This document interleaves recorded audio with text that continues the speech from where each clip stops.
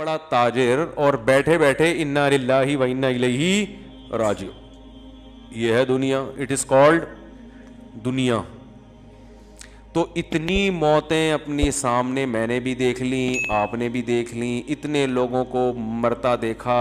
اور موت ایسی ظالم چیز ہے, وہ یہ نہیں دیکھتی کہ آپ کی بچی کی ابھی شادی ہونے والی ہے, آپ ابھی پہلی یا دوسری کی تیاری کر رہے تھے, آپ کی ابھی جاب لگی ہے, تنخواہ کا پہلا دن ہے آپ کا بیٹا ابھی جوان ہوا ہے, یا یہ کہ آپ کے ابا کو آپ کی ابھی ضرورت ہے, یا معاشرے کو آپ کی ابھی ضرورت ہے. کچھ بھی نہیں دیکھتی. کوئی بھی کسی بھی ٹائم پہ مر سکتا ہے. میں اکثر اس موقع پہ ایک واقعہ بیان کرتا ہوں. ہمارے ایک دوست تھے, عالم, بڑے مالدار بھی, اکلوتے بیٹے اپنے والد کے. انہوں نے پڑھا لکھا کے ان کو عالم بنایا, بہت پیسہ خرچ کیا اور ہر لحاظ سے ان کو بے فکر کر دیا. وہ تھے بھی بڑے ذہین اور بڑے پرہیزگار, اور بہت خوبصورت بھی تھے. ساری چیزیں جمع ہو جائیں, دین کی خدمت کا جذبہ بھی, دین کا مضبوط علم بھی, خاندانی اعتبار سے بھی, اور ینگ بالکل. تو ہمارا جب ہم طالب علم تھے, ہم نے کہا یار اللہ ان سے بہت کام لے گا, یہ بہت کچھ بڑے بنیں گے یہ.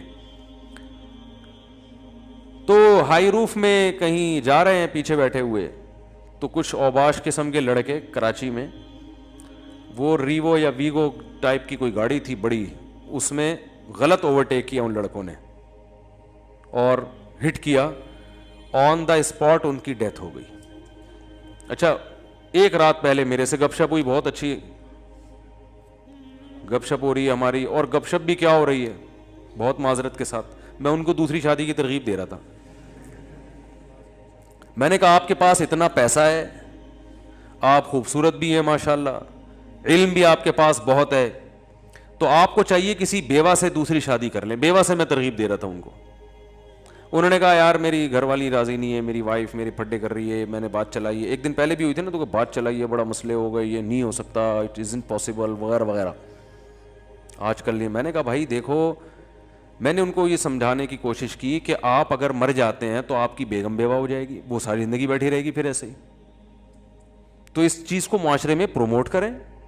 میں نے کہا آپ بھی مر سکتے ہیں, میں بھی مر سکتا ہوں, کوئی اور بھی مر سکتا ہے, تو جو حالات دوسری عورتوں کے وہ ان کے ساتھ ہو جائیں گے. تو آپ اس کی بنیاد رکھ لیں تاکہ اللہ نہ کرے آپ مرتے ہیں تو کوئی آپ کی بیوہ سے کر لے, آپ کے بچوں کو کوئی سرپرست مل جائے گا. 2-3 بچے تھے ان کے, کوئی سرپرست مل جائے گا آپ کے بچوں کو, کوئی جو ہے وہ. اور ظاہر ہے یہ خاندان میں ہی کرتا ہے نا, یعنی خاندان والے کریں تو ٹھیک ہے, غیروں میں تھوڑی بچے جا سکتے ہیں. تو میں نے کہا ہمت کریں, بہت ہمت دلائی ہے جی, میں نے گھنٹہ لگا دیا ہوگا ان کے اوپر. پھر آخر میں کہنے لگے اس زمانے میں عدل بہت مشکل ہے, برابری نہیں ہو سکتی. میں نے کہا آپ کو اللہ نے پیسہ بھی دیا, آپ متقی بھی ماشاءاللہ ہماری رائے میں, اور لوگ بھی کہتے ہیں آپ پرہیزگار آدمی ہیں. آپ کے جو پورے خاندان سے دین کے معاملے میں ٹکر لینے کے واقعات بھی مجھے معلوم ہیں. ان کے بڑے واقعات تھے کہ ایک دفعہ ان کو کہیں شبہ ہو گیا کہ میرے والد کی جو کمائی ہے اس میں کچھ شبہ ہے, تو وہ گھر سے بائیکاٹ کر لیا انہوں نے کہ میں نہیں کھاؤں گا. پھر وہ پتہ چلا نہیں ایسا نہیں ہے. میں نے کہا آپ نے کئی موقع پہ دین کے معاملے میں پورے خاندان سے ٹکر بھی لیا ہے, تو اس کا مطلب آپ میں حوصلہ بھی ہے. اس کے باوجود بھی اگر آپ عدل نہیں کر سکتے تو پھر میں نے کہا یہ قرآن سے 4 شادیوں والی آیتیں نکال دیں, یہ ایسے ہی اللہ نے نازل کر دی ہیں, دنیا میں کوئی بھی عدل کر ہی نہیں سکتے. تو اللہ نے بس جنرل نالج کے لیے بتا دیا کہ 2 بھی کر سکتے ہو مجبوری میں, لیکن پریکٹیکلی یہ ممکن نہیں ہے. تو ویسے ہی آ گئی. میں نے ان کو سمجھانے کے لیے, ہنسنے لگے, مانے پھر بھی نہیں. میں نے دیکھا ہے کہ جب میں دلائل کے انبار لگاتا ہوں لوگ ہنستے ہیں, مجھے پتا ہوتا ہے مانیں گے پھر بھی نہیں, بس ہنستے ہیں مسکراتے ہیں, ویل ڈن, زبردست دلائل آپ کے, اچھا السلام علیکم, جا رہا ہوں. ایسا ہی ہوا. اگلے دن 12 بجے مجھے خبر آئی کہ ان کے ایکسیڈنٹ میں انتقال ہو گیا. اف, مجھ پہ بڑی قیامت گزری. ان کے گھر والوں کا, ہمارے گھر والوں کے پاس فون آیا کہ وہ رات آئے تھے اور کہنے لگے کہ میں بھی ایک کرنا چاہتا ہوں, کسی بیوہ سے کر لوں گا. تو ظاہر ہے خواتین تو اس پہ رد عمل کرتی ہیں جو ایک نیچرل ہے بالکل. کہہ رہی میں نے اتنا ری ایکشن کیا کہ صبح جانے سے پہلے انہوں نے کہا کہ بے فکر رہو, میرا ارادہ نہیں ہے, خام خواہ میں ٹینشن نہ لو. اچھا, میں نے اب بات چل پڑی ہے تو ایسی اپنی نجی باتیں کرنی نہیں چاہیے, لیکن جب چل پڑی ہے تو بس اللہ کی طرف سے ہو گیا, یہ میرا کوئی ارادہ نہیں تھا ایسی باتیں. تو میں نے اس وقت تازہ دوسری کی ہوئی تھی اور بہت موسٹ وانٹڈ بنا ہوا تھا میں, کہ جہاں ملے کوٹو اس کو پکڑ کے. میں ٹھیک ٹھاک ٹینشن میں تھا ان دنوں میں.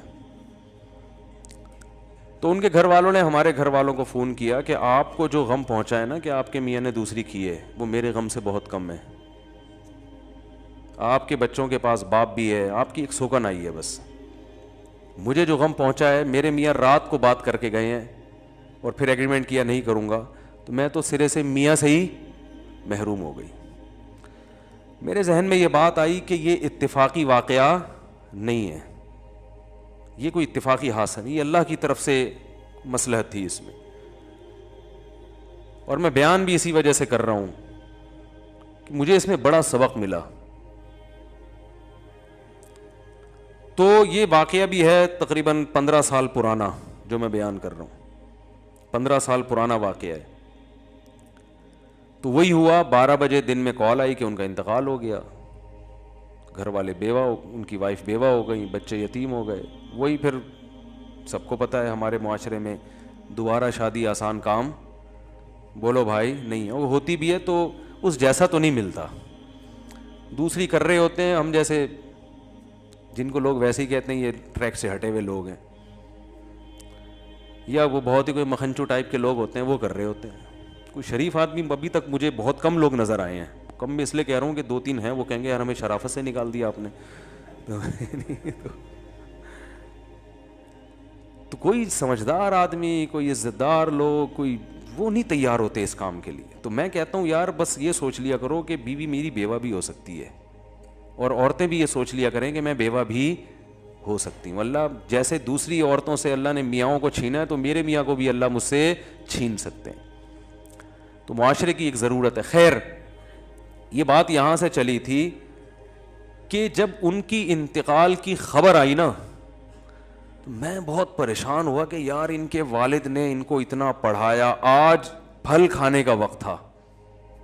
آج وقت تھا بھئی تاجر اپنے ایک بیٹے کو وقف کر دے, اب وہ عالم بنے, اب ماشاءاللہ دین کی خدمت کا موقع ملا, اور اللہ نے وہ خدمت ہی نہیں لی, پہلے ہی موت ہو گئی. اور موت بھی ایسے ہوئی ہے کہ ان کے لیے جو گاڑی ادارے نے رکھی تھی وہ گارڈ کے ساتھ, بڑی گاڑی کہ اس میں جائیں گے یہ, کیونکہ کراچی کے حالات بہت خراب تھے. تو ان کے والد نے کہا تھا کہ میرے بیٹے کو آپ جب بڑی گاڑی دیں گے اور گارڈ دیں گے, یہ نظروں میں آ جائے گا لوگوں کی, تو خام کی دشمنیاں بنیں گی. ان کو ہائی روف میں ایسی کھچاڑا سی گاڑی میں جس میں کوئی یہ سمجھے ہی نہیں کہ یہ کوئی بڑی شخصیت ہے, یہ کسی بڑے ادارے سے ان کا تعلق ہے. تو زندگی بچانے کے لیے ہائی روف کا انتظام کیا تھا, اور وہی ہائی روف موت کا ذریعہ بن گئی. اس لیے ہم کہتے ہیں زندگی کے اسباب اختیار ضرور کرو, صحت کے اسباب ضرور اختیار کرو, لیکن ہوگا وہی جو چاہے گا اللہ. جو سبب ہے وہی موت کا ذریعہ بن جائے گا اگر اللہ چاہے گا تو. تو ان کو تو ہائی روف میں اس لیے بٹھایا تھا کہ تاکہ ہائی لائٹ نہ ہو, کراچی کے حالات خراب ہیں, لوگ یہ نہ سمجھیں کوئی بڑا آدمی جا رہا ہے, تو خام میں دہشت گرد نشانہ بناتے ہیں ایسے لوگوں کو. اور وہی ہائی روف, کیونکہ آگے بڑی گاڑی سے بڑی گاڑی ٹکرائے تو اتنا مسئلہ نہیں ہوتا. ہائی روف تو بیچاری ویگو کے سامنے کوئی حیثیت نہیں ہے نا اس کی. تو میں جو بات کرنا چاہ رہا تھا وہ یہ کہ میں بہت پریشان رہا کہ یار اس میں کیا حکمت ہے اللہ کی. اللہ کا تو کوئی کام حکمت سے خالی نہیں ہوتا نا. اس میں کیا حکمت ہے کہ اتنے اچھے آدمی اور اتنے ہر لحاظ سے اللہ نے ان کو نوازا. ابھی شادی بھی ہو سکتا ہے کر لیتے بعد میں, وہ تو اس وقت انہوں نے انکار کر دیا. شروع میں تو سبھی کرتے ہی ہیں, بعد میں ایک دماغ میں ایک وائرس چلا جاتا ہے ان کے. میرے بیان جو بھی سنتا ہے نا, خواتین سے کہتا ہوں کہ ان کا کووڈ-19 کا ٹیسٹ کروایا کرو. ہمارا والا کووڈ-19, یہ شادی والا, یہ وائرس ایک دفعہ جو میرے پاس آ گیا یہ پھر نکلتا نہیں ہے. یہ جیسے کووڈ-19 شکلیں بدل کے آ رہا ہے نا لندن میں کسی اور الگ ہی سٹائل میں آیا یہ, تو یہ شکلیں بدل کے آئے گا جب تک بندہ بوڑھا نہیں ہو جاتا. ہاں بوڑھا ہو جائے گا پھر وہ ایک بھی اس کو بری لگے گی, ایک کی باتیں بھی, یہ کیا شادی لگا کے رکھی ہوئی. جب تک جوان ہے اور میرا بیان سن رہا ہے, یہ وائرس یہ تو ہوتا ہے کہ ایکٹیو نہ رہے, لیکن ختم ہو جائے یہ نہیں ہوتا. تو کسی بھی وقت ایکٹیو ہو سکتا ہے. وہ کس وقت ہوتا ہے پھر وہ الگ ٹاپک ہے, وہ پھر موضوع ہٹ جائے گا. کہ وہ بعض دفعہ آپ کہہ رہے ہوتے ہیں نہیں یہ دوسری شادی بالکل مفتی صاحب غلط باتیں کرتے ہیں, کیا ہے لیکن زندگی کے کچھ مواقع ایسے آتے ہیں کہ آپ کو آئے گا یار اجازت ہے, ٹھیک ہے نا, کچھ ایسے موقع آ جاتے ہیں یار یہ بھی آپشن ہے, چاہے جتنا آپ انکار کریں. تو اب جب ان کی ڈیتھ ہو گئی میں پریشان, میں نے کہا اللہ اس میں تیری کیا حکمت ہے. تو مجھے جو جواب ذہن میں آیا نا, بہت بڑی حکمت یہ ہے کہ اللہ یہ بتانا چاہتا ہے کہ کوئی بھی کسی بھی ٹائم پہ مر سکتا ہے, بس یہی حکمت ہے. کسی خوش فہمی میں مبتلا ہونے کی ضرورت نہیں ہے کہ میں تو یہ ہوں, میرے تو بیانات دنیا سن رہی ہے, میرے تو فین فالوونگ بہت زیادہ ہے, ہم نے تو ابھی یہ کرنا ہے, اور آپ کا بزنس ایسا ہے, اور ابھی تو ہمارے بچے چھوٹے چھوٹے ہیں, ابھی تو اللہ تعالیٰ میری بیوی کو بیوہ نہیں کر سکتا, میرے چھوٹے چھوٹے بچوں کو یتیم نہیں کر سکتا, ابھی تو جناب میں نے جو ہے وہ پڑھائی مکمل کرنی ہے, اور پھر ابھی تو ایک سیمسٹر رہ گیا میرا, باقی سارے کمپلیٹ ہو گئے, ابھی تو میں MBBS ڈاکٹر بن گیا ہوں, 2 سال کی بس جاب رہ گئی, ہاؤس جاب, اس کے بعد تو مزے ہی مزے ہاؤس جاب ہو گئی ہے, اور بس اب تو کلینک کھولنی ہے, اور پھر جناب پیسے کمانے ہیں, اور یہ کرنا ہے اور وہ کرنا ہے. بھائی جان کوئی بھی کسی بھی ٹائم پہ مر سکتا ہے, ایسا اللہ کی طرف سے کوئی گارنٹی نہیں ہے, سمجھ رہے ہو, بلکہ اللہ دکھائے گا. اور یہ انگریزوں میں بھی ہوتا ہے جن کی صحتیں ہم سے اچھی ہیں. کل ایک ڈاکٹر صاحب سے بات ہو رہی تھی, یورپ میں ہوتے ہیں, انہوں نے کہا کہ گوروں کی یہاں صحت اتنی اچھی ہے, لیکن حیران ہوتے ہیں کہ 27 سال جوان لڑکا جس کی خوراک بھی بہت ہی حساب و کتاب سے, اور فزیکل فٹنس کا ٹرینر ہے, لوگوں کو گائیڈ کر رہا ہے, وہیں کی یونیورسٹی میں پڑھا ہوا, لیکن ایسی بیماری ہو جاتی ہے کہ ہم حیران ہوتے ہیں اس کو کیسے ہو گئی. بیماری کا کوئی سبب نہیں ہوتا, لیکن آدمی موت کے منہ میں چلا جاتا ہے. تو وہ خود یہ کہہ رہے تھے کہ بس یہ اللہ کے کام ہے, سب کچھ سائنس نہیں ہے, سب کچھ اسباب نہیں ہے. تو میں نے ان کو, ڈاکٹر صاحب کو بھی یہی کہا, میں نے کہا اللہ اصل میں یہ بتانا چاہتے ہیں کوئی بھی دنیا میں کسی بھی ٹائم پہ مر سکتا ہے. جو اللہ نے دعویٰ کیا نا مسافر خانہ ہے, متاع الغرور, دھوکے کا گھر ہے, تو اللہ کی بات غلط تھوڑی ہو سکتی ہے. اگر یہ دنیا ایسی اللہ بنا دے کہ آپ اپنی صحت کا بہت خیال رکھ رہے ہو, تو آپ نے واقعی 90 سال ہی جینا ہے, سب کے ساتھ ایسا ہی ہونا شروع ہو جائے, تو یہ دھوکے کا گھر تھوڑی ہوگی. دھوکا اسے کہتے ہیں کہ دکھاؤ کچھ اور دو کچھ اور. جیسے دکاندار بعض دفعہ آپ سبزی لینے جاؤ نا سبزی منڈی میں, تو اوپر کے رو میں کینو بڑے خوبصورت سے رکھے ہوئے ہوتے ہیں, گھر میں لاؤ تو اندر پتہ نہیں کیا نکلتا ہے. اس کو کیا کہتے ہیں؟ دھوکا. تو اللہ نے بھی بار بار قرآن میں کہا ہے کہ متاع الغرور یہ دھوکے کا سامان ہے, دار الغرور ہے, دھوکے کا گھر ہے.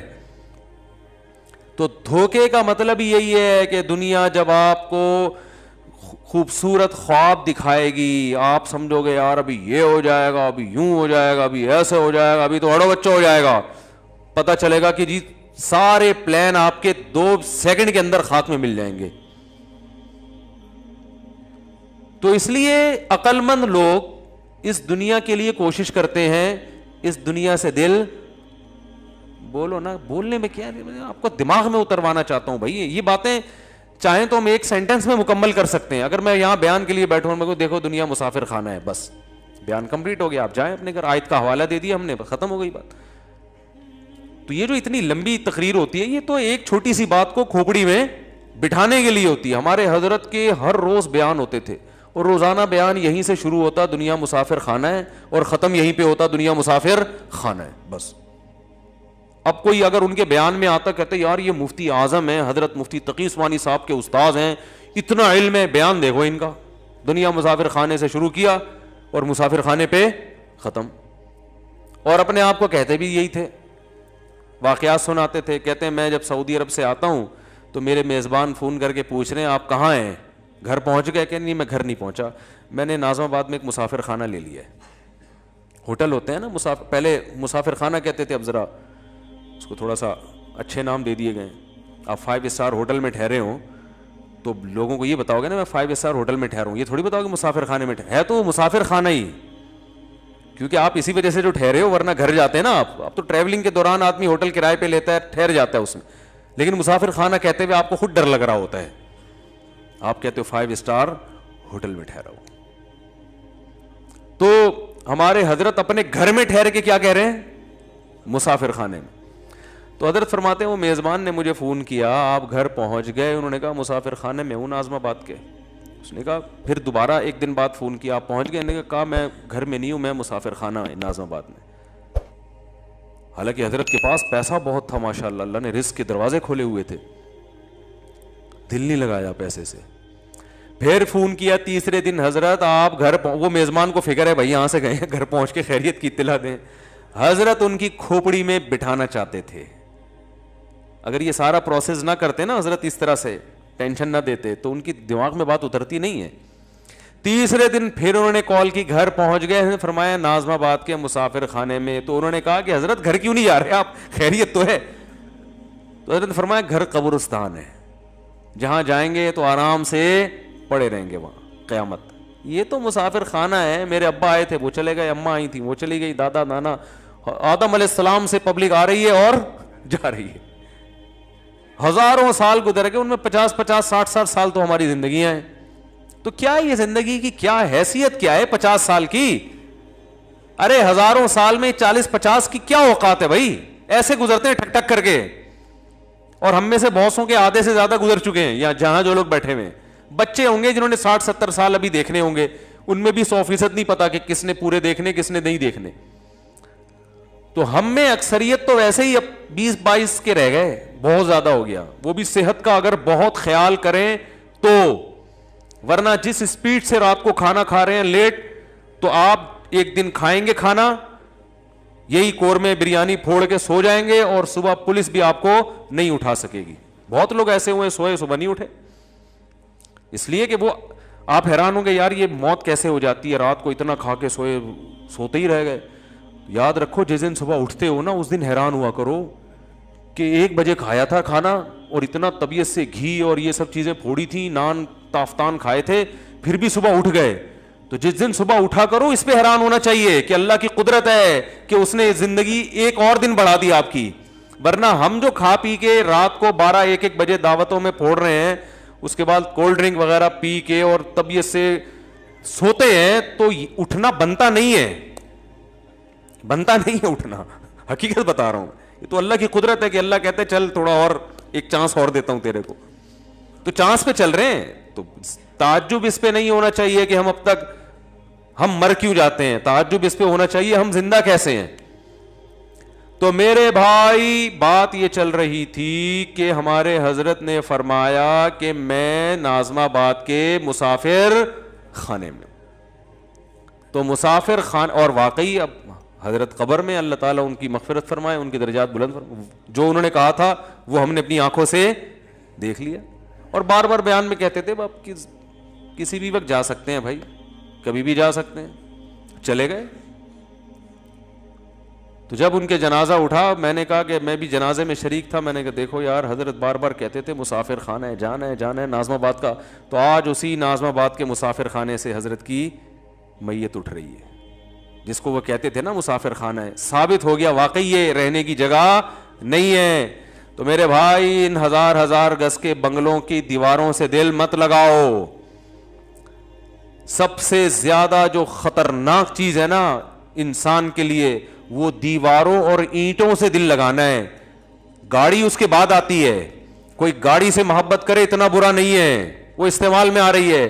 سب سے زیادہ برا ہے ان دیواروں سے محبت کرنا, کیونکہ ان کی عمریں بہت ہوتی ہیں اور آپ کی عمریں ان دیواروں کے مقابلے میں بہت کم ہوتی ہیں. گاڑی آپ کی زندگی میں ہی ایکسپائر ہو جائے گی. تبھی تو کہتے ہیں 10 سال چلا لیا, اب کباڑ والے کو دے دے بھائی. آپ جب گاڑی خریدنے جاتے ہو تو وہ مائلیج کو اس نے چینج کیا ہوا ہوتا ہے نا اس کے, کہ بھئی اتنے کلومیٹر چلی ہے. وہ چلی تو پتہ نہیں نوح علیہ السلام کے زمانے سے چل رہی ہوتی ہے وہ, لیکن میٹر میں ایسی سیٹنگ ہوتی ہے آپ کو لگے گا ابھی 10-20 ہزار کلومیٹر چلی ہے وہ. تو آپ کیوں بیچنے کے چکر میں ہوتے ہو کہ یار اب اس کو بہت نچوڑ لیا ہے, اب یہ کام نکال رہی ہے. تو جو آپ نے اپنی زندگی میں اس کو کیش کرا لیا, اس کی زندگی کم ہے, آپ کی زندگی, بولو نا, بولنا اس لیے پڑتا ہے تو دماغ میں بیٹھے گی بات.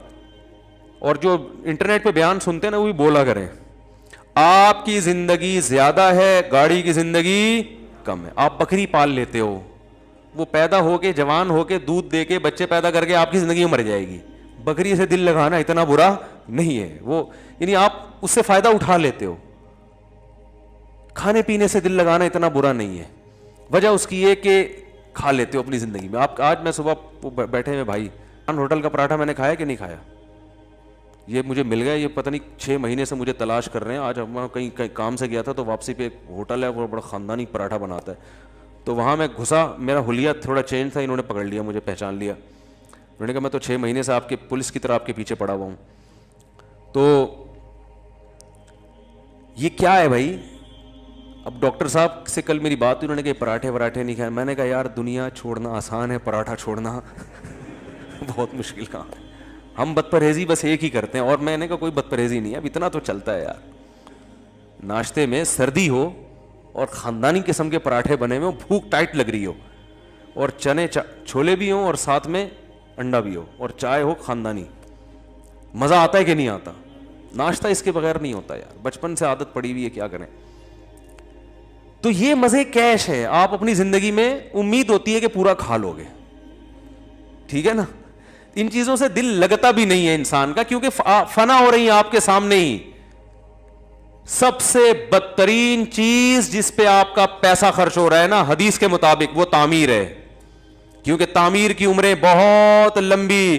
آپ مکان میں جب کنسٹرکشن کا کام کرتے ہو تو آپ کی ہڈیوں میں کتنا سریا ہے اس کو آپ بھول جاتے ہو, اور اس کی جو بنیادیں ہیں اس کی دیواروں کے سریے کو آپ فوکس کر رہے ہوتے ہو. اتنی مضبوط دیوار, اتنی موٹی دیوار, او بھائی تو اپنی ہڈیوں کا ذرا ٹیسٹ تو کروا لے, اس میں کتنا کیلشیم رہ گیا ہے. ہڈیاں آپ کی بھربھری ہو رہی ہیں, ختم, 4-5 سال کی کہانی ہے.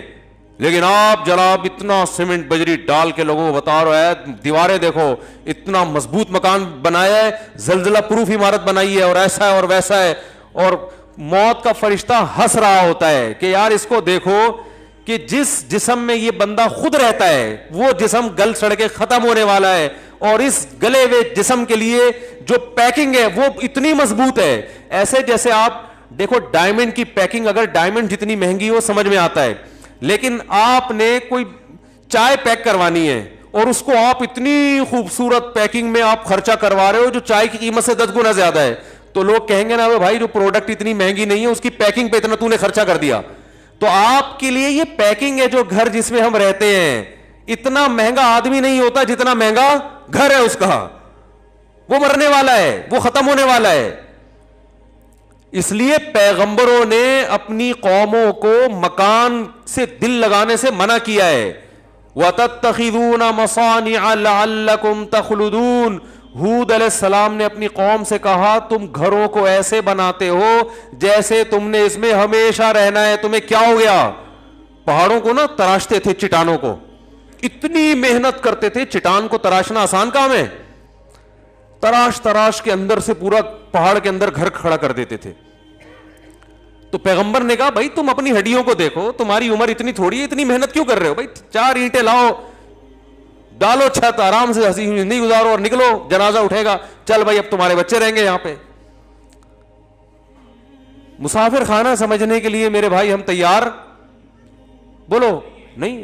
ہر آدمی سمجھ رہا ہے میں یہاں آیا ہوں تو میں جاؤں گا ہی نہیں, یہاں سے میں جاؤں گا ہی نہیں. کیوں نہیں جائے گا بھائی تو؟ اور یاد رکھو صحت کی وجہ سے کبھی دھوکے میں نہ ہو. میں اگر صحت مند ہوں, آپ اگر صحت مند ہیں, ہم سمجھتے ہیں فٹ فاٹ ہیں, 1 سیکنڈ لگتا ہے بیمار ہونے میں, اور وجہ ڈاکٹر کی بھی سمجھ میں نہیں آئے گی. ہوا کیوں؟ ڈاکٹر کی اپنی بیماری بعض دفعہ سمجھ میں نہیں آ رہی ہوتی اس کے. مائیکل جیکسن کے میں کئی بار واقعہ بیان کیے, 50 سال کا, 2008-9 کی بات ہے, ہمارے 2 صحابہ بتاتے تھے مائیکل جیکسن کا بہت بڑا شو ہونے والا ہے, کروڑوں میں ٹکٹ بک گئے, یہ ہو گیا وہ ہو گیا. مفتی صاحب بڑی عزت دی, اگلے دن آ کے بتا رہے صاحب اس کا انا للہ ہو گیا مائیکل جیکسن کا. لڑکوں نے مجھے بتایا. تو میں نے کہا دیکھو, کیونکہ میرے سامنے تو پہلے اتنے واقعات آ چکے تھے, میں نے کہا بھائی کسی بھی ٹائم پہ کسی کا بھی انا للہ ہو سکتا ہے. اب لوگ باتیں بناتے رہیں گے, اس کو زہر دیا, کوئی کہے گا اس کو وہ خود ہی مرا ہے. بھائی ڈاکٹروں کا ایک پینل اس کے ساتھ 24 گھنٹے رہتا تھا. مائیکل جیکسن کوئی ہماری طرح نہیں ہے کہ کسی کے منہ پہ بھی جا کے چھینک دو تو وہ بس سوری کر کے نکل لو. مائیکل جیکسن کے منہ پہ اگر آپ چھینک دیتے تو قتل کا کیس آپ پہ بنتا کہ اس کی چھینکوں سے مرا ہے, وہ جراثیم اس نے ٹرانسفر کی. لوگ دستانے پہن کے تو مسافے کر رہا ہے. ہم تو کووڈ-19 میں لوگوں ایک دوسرے سے گلے مل رہے ہیں, چھینک رہے ہیں ایک دوسرے کے منہ پہ. اور مائیکل جیکسن جب کوئی وبا بھی نہیں پھیلی ہوئی, ہاتھوں میں گلوز پہن کے مسافہ کے اگلے کے جراثیم یہاں منتقل نہ ہو. خوراک وہ ہوٹل میں کے پراٹھے وراٹھے نہیں کھاتے تھے وہ لوگ, ان کی ڈائٹ ڈاکٹروں نے لکھا ہوا ہوتا تھا, اتنی کیلوریز آپ نے لینی ہے, بس لے لیا. آج جتنا آپ اچھلے کودے ہو نا, اس حساب سے اتنے پراٹھے بس. تو وہ اچھل کود کے حساب سے ان کے ساری ڈائٹ کا پلان ہوتا ہے کہ آج آپ نے اتنے ٹھمکے لگانے ہیں, اتنا اچھلنا ہے, اتنا کودنا ہے, اتنی کلابازیاں کھانی ہے, اس حساب سے یہ. اور جو کمی رہ گئی ہے تو یہ کیپسول بھی کھا لیں آپ اس کے ساتھ, اس سے زیادہ نہیں. تو ایک ایک چیز بڑی تمیز سے. لیکن مائیکل جیکسن کے ساتھ وہی ہوا, رات کو سویا ہے, صبح پولیس بھی نہیں اٹھا سکی, اس امریکہ نہیں اٹھا سکا, اتنی بڑی گورنمنٹ. کامیابی کی جب انتہا کو ایک شخص پہنچ رہا ہے, اس وقت زوال کی پستیوں میں اللہ نے اس کو دھکیل دیا. کیا فائدہ لوگ اس کو اچھے القاب سے یاد کریں یا برے القاب سے یاد کریں, اس کی صحت پہ کوئی اثر نہیں پڑتا. یہ تھا, وہ تھا, فلانا تھا, کیا ہو گیا, جو بھی تھا نا اب تو نہیں ہے. تو اس لیے بھائی اللہ بار بار کہہ رہے ہیں متاع الغرور ہے, مسافر خانہ ہے. گھر میں جب رہا کرو نا, مجھ سے ایک صاحب کہنے لگے یار آپ کے اتنے 3-4 گھر ہیں, آپ کا تو کوئی گھر ہی نہیں ہے, ٹھکانہ ہی نہیں ہے, کیا زندگی ہے یار. ایک بندے کی ایک زوجہ ہوتی ہے, وہاں آرام سے ٹھکانہ ہوتا ہے, گھر ہے, یہ آپ کا روم ہے, یہ بیڈ روم ہے, یہ گیسٹ روم ہے, یہ ایسے تمیز سے انسان, یہ کیا یار ایک دن ادھر ایک دن ادھر. میں نے کہا بھائی اچھا, اس پہ میں نے چٹکلا بھی سنا ہے لیکن ابھی میں نہیں سناؤں گا وہ. تو میں نے کہا کہ بھائی یہ اسی میں مسافر خانہ ہونا سمجھ میں آتا ہے کہ گھر ور نہیں ہوتا, مسلمان کا کوئی گھر ور نہیں ہوتا. ایک دن ادھر ہے, دوسرے دن ادھر چلے جاؤ, تیسرے دن ادھر چلے جاؤ. اللہ نے موقع دیا تو چوتھے دن کسی اور اللہ تعالیٰ وہ دن لے کر آئے. کیا ہے اس میں بھائی, یہی گھر ہے, گھر ور کیا ہے بھائی, جہاں ہے وہیں گھر ہے. کیا خیال ہے, فوجی لوگ ہوتے ہیں نا, جہاں بھی بارڈر پہ ان کی تشکیل ہوتی ہے تو جہاں ہوتے ہیں وہیں 4 بوریاں کھڑی کر کے گھر بنا لیتے ہیں. وہ مورچہ کہتے ہیں اس کو, گھر نہیں کہتے, لیکن وہ بھی گھر ہی ہے بھائی. جہاں جاؤ فوجیوں کو سکھایا جاتا ہے یار, جہاں جاؤ بوری میں ریت ڈالو, ٹھیک ہے نا, اور ایسے بنا دو, بس بہترین. دھوپ سے بھی بچائے گا, گرمی سے بھی بچائے گا, اور دشمن کی فائرنگ سے بھی بچائے گا آپ. تو ایسے ہی میرے بھائی آپ 100% پکے نمازی بن جاؤ, آپ حاجی بن جاؤ, آپ ساری شریعت پر عمل کر لو, لیکن جب تک دل سے دنیا کی محبت نہیں نکالو گے, اللہ آپ کو دیندار ماننے کے لیے تیار نہیں ہے. میں نے بڑے بڑے گیٹ اپ دیکھا ہے کہ بڑا اچھا گیٹ اپ, لیکن پیسوں کی محبت, گھر کی محبت, گاڑیوں کی محبت اور عزت کی محبت دلوں میں ایسے گھسائی ہوئی ہے. ہمارے ایک استاذ فرمایا کرتے تھے دنیا کی محبت کے گٹر ابل رہے ہیں. بڑے پیارے الفاظ تھے ان کے, دنیا کی محبت کے چشمے نہیں کہیں گے نا اس کو, ایک تو اللہ کی محبت کے چشمے ابلتے ہیں نا, تو فرماتے تھے دنیا کی محبت کے گٹر ابل رہے ہیں. دنیا کی محبت تو ایک گند ہے, مسافر خانے سے دل لگانا ہے تو پاگل پنا ہے, بے وقوفی ہے. فنا ہونے والی چیزوں سے دل لگا رہا ہے. میرے بھائی نکالو اس کو. اور نکلتی کیسے ہے, اس کے بہت سارے طریقے نکالنے کے. سب سے بہتر طریقہ ہے پیسہ خرچ کرو اپنی ذات پر, اپنے گھر والوں پر, صدقات و خیرات. 5-5 ہزار کے نا کڑک کڑک نوٹوں کی گھڑیاں, یار یہ لے یار, جا یار, کیا یاد کیا ہے, کیا رکھا ہے اس میں, کماؤ, خرچ کرنے کی نیت سے, کیا رکھا ہے یار اس میں, مر جائیں گے, ختم ہو جائیں گے. اور زبان سے بھی یہی بولا کرو. آج جو چیز انسان زبان سے بولتا ہے وہ دل میں اترتی ہے. آج دنیا کی بڑائی زبان سے بولی جاتی ہے. جہاں بیٹھو تیری جاب کتنی ہے, تیری تنخواہ کتنی ہے, تیرا گھر ہے ذاتی. مجھ سے لوگ پوچھتے ہیں آپ کا ذاتی گھر ہے, میں نے کہا نہیں ذاتی گھر نہیں ہے یار. یہ تو اللہ کا شکر ہے ہمارے حضرت نے ہماری تھوڑی بہت تربیت کر دی, انہوں نے تو پوری کی تھی, ہم پورے نہیں بن سکے, ورنہ ہم تو احساس کمتری میں مر جاتے بھائی.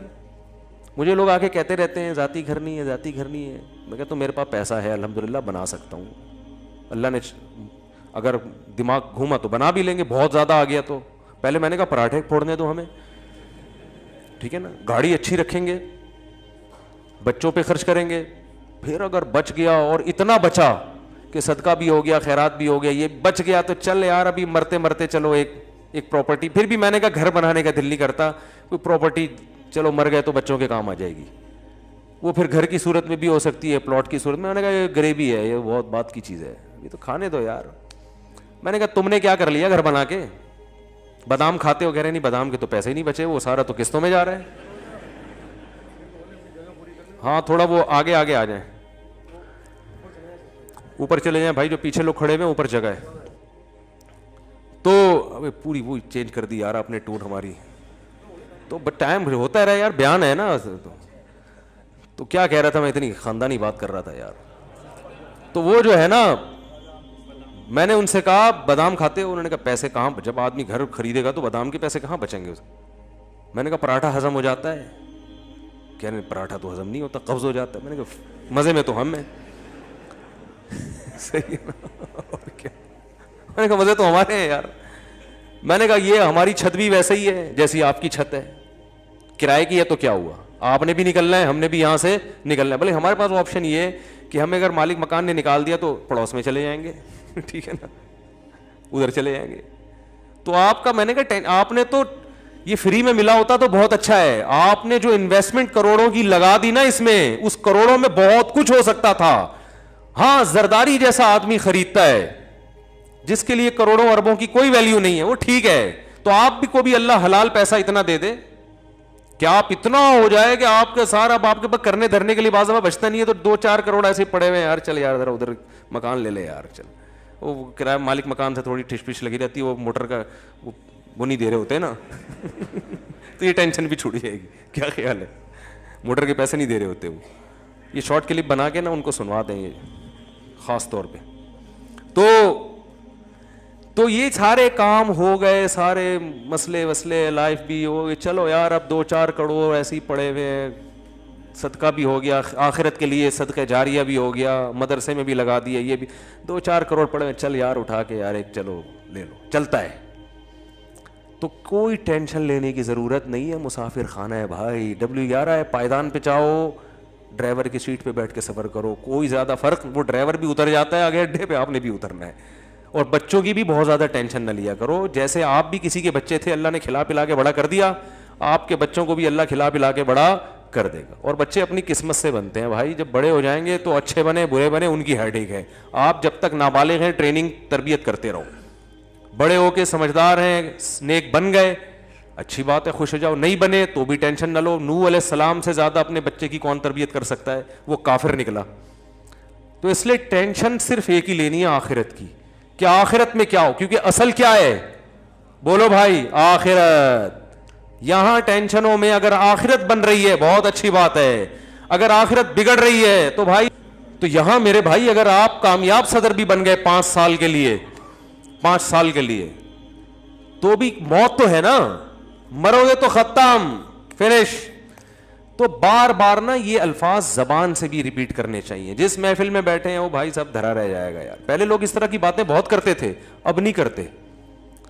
جہاں بھی بیٹھو نا, نبی صلی اللہ علیہ وسلم صحابہ کو ہر موقع پہ مثالیں دیا کرتے تھے. ایک دفعہ آپ صلی اللہ علیہ وسلم نے دیکھا بکری کا بچہ مرا پڑا ہے, مردار کچرے میں. تو آپ نے فرمایا کہ اللہ کی اہمیت, جو اللہ کی نظر میں اس دنیا کی اہمیت اس مردار بچے سے بھی کم ہے.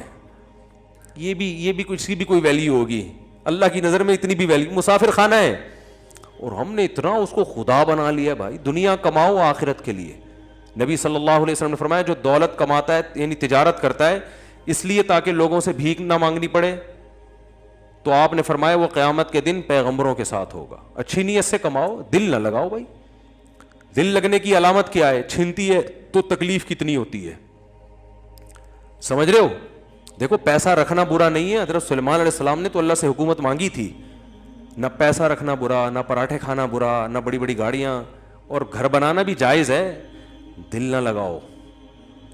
دل لگنے کا پتہ ایسے چلے گا جب یہ چیزیں نہیں ہوتی تو ٹینشن کتنی لیتے ہو, یہ چیزیں چھن جاتی ہیں تو ٹینشن کتنی لیتے ہو.